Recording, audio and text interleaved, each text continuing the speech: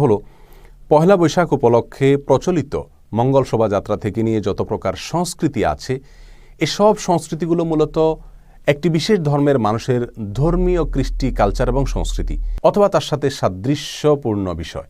আরেকজন মুসলমানের জন্য অন্য কোনো ধর্মের মানুষের ধর্মীয় কৃষ্টি কালচার সংস্কৃতিকে অথবা তার সাথে সাদৃশ্যপূর্ণ কোনো কিছুকে গ্রহণ করা কোনো অবস্থাতেই জায়েজ নাই। রাসূল করিম সাল্লাল্লাহু আলাইহি ওয়াসাল্লাম পরিষ্কারভাবে জানিয়েছেন, মান তাশাব্বাহা বিকওমিন ফাহুয়া মিনহুম।